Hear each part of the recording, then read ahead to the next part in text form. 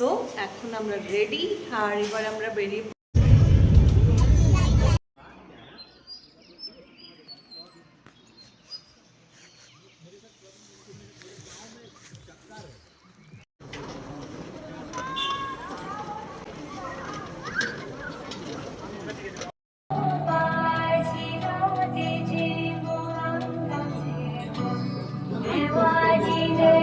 Good morning, সুপ্রভাত। আশা করি তোমরা সকলে খুব ভালো আছো, সুস্থ আছো।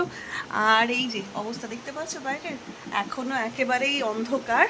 আর আজকে এই মুহূর্তে তো তোমার মোটামুটি 4টে বাজেনি, 3:30 মতো বাজে। চান ঠান সবই হয়ে গেছে, এই মুহূর্তে রেডি হয়ে গেছে। অ্যাকচুয়ালি আজকে আমরা ঘুরতে যাচ্ছি। কোথায় যাচ্ছি, কি যাচ্ছি, সব তোমাদের দেখাবো। আমাদের সকালে ট্রেন আছে, তো বেরিয়ে পড়বো আমরা একটু পরেই। আর ইবু কী করছে দেখা যাক। ইবু রেডি? ইবু এখন এখানে খাচ্ছে, ঠিক আছে। তো যাই হোক, এইভাবে আমাদের আজকের দিন শুরু হয়েছে। আর এরপরে আমাদের যা হতে থাকে সমস্ত কিছু আপডেট দিতে থাকবো, দেখতে থাকো আজকের ভিডিও। সো এখন আমরা রেডি, আর এবার আমরা বেরিয়ে পড়ছি। বাইরে এখনও পুরো অন্ধকার আছে, আর আস্তে আস্তে এই যে লাগেজগুলো রয়েছে, এবার আমরা বেরিয়ে পড়বো। এরপরে হাওড়া স্টেশন থেকে আমরা ট্রেন ধরলাম। বন্দে ভারত ছিল আমাদের ট্রেন, আর আমাদের ডেস্টিনেশন ছিল এনজিপি। আর ট্রেনে উঠে ইবু ওর কাজ শুরু করে দিয়েছিল, ও ড্র করতে শুরু করে দিয়েছিল।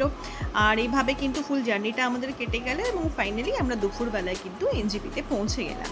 আর সেখান থেকে গাড়ি করে আমরা বেরিয়ে পড়লাম আমাদের হোটেলের জন্য। হোটেলে পৌঁছানোর পরে এটাই ছিল আমার কাছে সব থেকে আকর্ষণীয় বিষয়। আমি যে জন্য প্রত্যেক বছর বারবার ছুটে যাই পাহাড়ের কাছে। এই যে সৌন্দর্যটা, এটা কিন্তু কলকাতায় কোথাও পাওয়া যাবে না। আর একটা শান্ত স্নিগ্ধ পরিবেশ, সাথে দারুণ ফুরফুরে হাওয়া। আর এখানে একটুখানি বৃষ্টি হচ্ছিল, তো সেই কারণে ওয়েদারটা কিন্তু জাস্ট ফাটাফাটি ছিল। তারপরে পরের দিনকেই আমরা ব্রেকফাস্ট করে বেরিয়ে পড়লাম। আমাদের প্রথম ডেস্টিনেশন ছিল স্কাইওয়াকে। স্কাইওয়াকে আমি প্রথমবার গেলাম, আর ভীষণ ভালো লাগলো। ইবু তো প্রচণ্ড ভয় পেয়েছিল, কিন্তু বিশ্বাস করো, তোমরা গেলে একটা দারুণ পিস পাবে। ভীষণ সুন্দর জায়গা, চারিদিকে শুধু পাহাড় আর পাহাড়।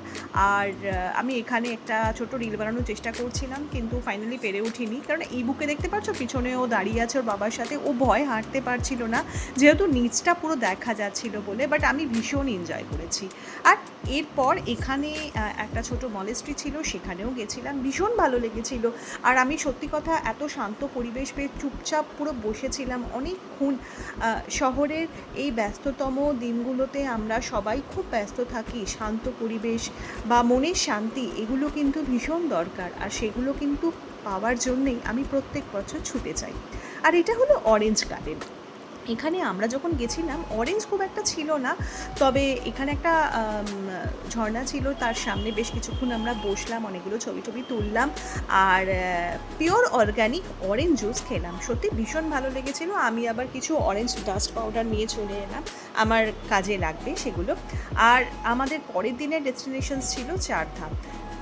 তোমরা সবাই একবার অন্তত চারধামে এসো, আমি শিওর তোমরা খুব খুশি হবে। মহাদেবের অনেক রকম রূপ আছে, আর চারধামে মহাদেবের সব রূপকে কিন্তু একসাথে এক জায়গায় আনা হয়েছে। মেন্টালি একটা দারুণ তোমরা শান্তি অনুভব করবে, এবং তার সাথে কিন্তু মানে আমি এটা হয়তো বলে বোঝাতে পারবো না, অদ্ভুত একটা শান্ত মানে নিজেরাই শান্ত হয়ে যাবে। আমি তো অনেকক্ষণ মন্দিরে বসেছিলাম, আর এইভাবেই কিন্তু আমাদের গোটা ছুটিটা কেটে গেছিল।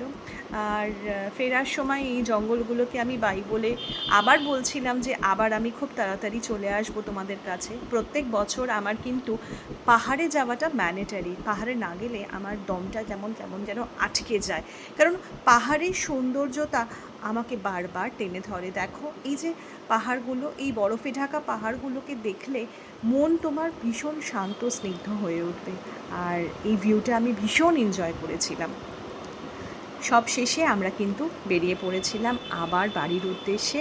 আর ফাইনালি বাড়ি ফিরে আবার এখন দিন গোনার সময়, কবে আবার একটু ছুটি পাবো, আর কবে আবার সেই পাহাড়ের দিকেই যাব।